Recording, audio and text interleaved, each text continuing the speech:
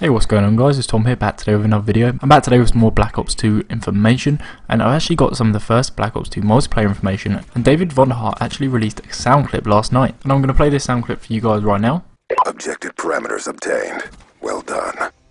And you're probably wondering what this is, and this is the classified multiplayer faction voiceover, and this is going to be the voice for one of the factions that are in Black Ops 2, because, so you know, whenever you get the victory or something like that, he'll come up with that little comment, and he's got a pretty epic voice, I've got to say that. But you guys will probably know in Modern Warfare 3 they actually made it so that each faction actually had a separate voice actor, so this looks like it's going to be one of the more popular guys, one of the US guys, so that's pretty cool, and that's really the first really confirmed thing we've got about multiplayer.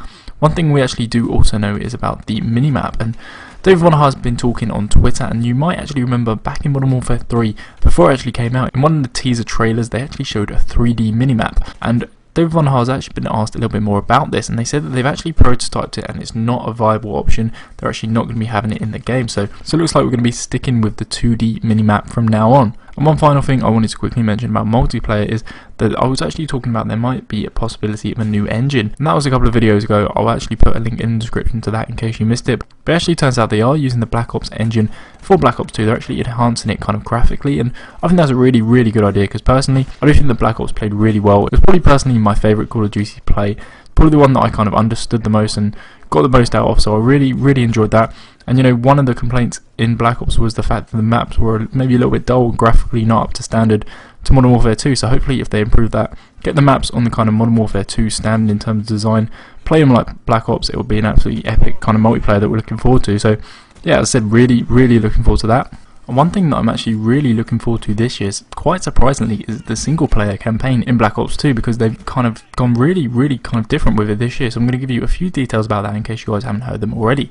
So most of you guys will actually know how the standard kind of campaign works in Call of Duty. You know, you play as mainly one character, you just kind of fail missions, pass missions, go all the way to the end, and this kind of story finishes. So this year it's actually going to be totally different in Black Ops 2. And one thing that they're really kind of looking to implement is branching storylines. So this is the fact that, you know, if you fail certain missions or if you kind of make certain decisions, they're actually going to affect the storyline where it goes in the future. So I'm imagining that there's probably going to be multiple endings to the game, so maybe there'll be 4 or 5, maybe even more endings to the game, so potentially I could play through the campaign and have a totally different ending to you guys from playing the campaign. So that'd be really interesting. It'd be quite funny to see some Let's Plays where people are like, you know, that didn't happen for me, but yeah, that was something that was really interesting to me. So it kind of puts more of the power in your hands, and you're going to be like choosing whether to kill certain people or make certain decisions. I don't know, it's going to be something like that, and you're going to have lots of different endings.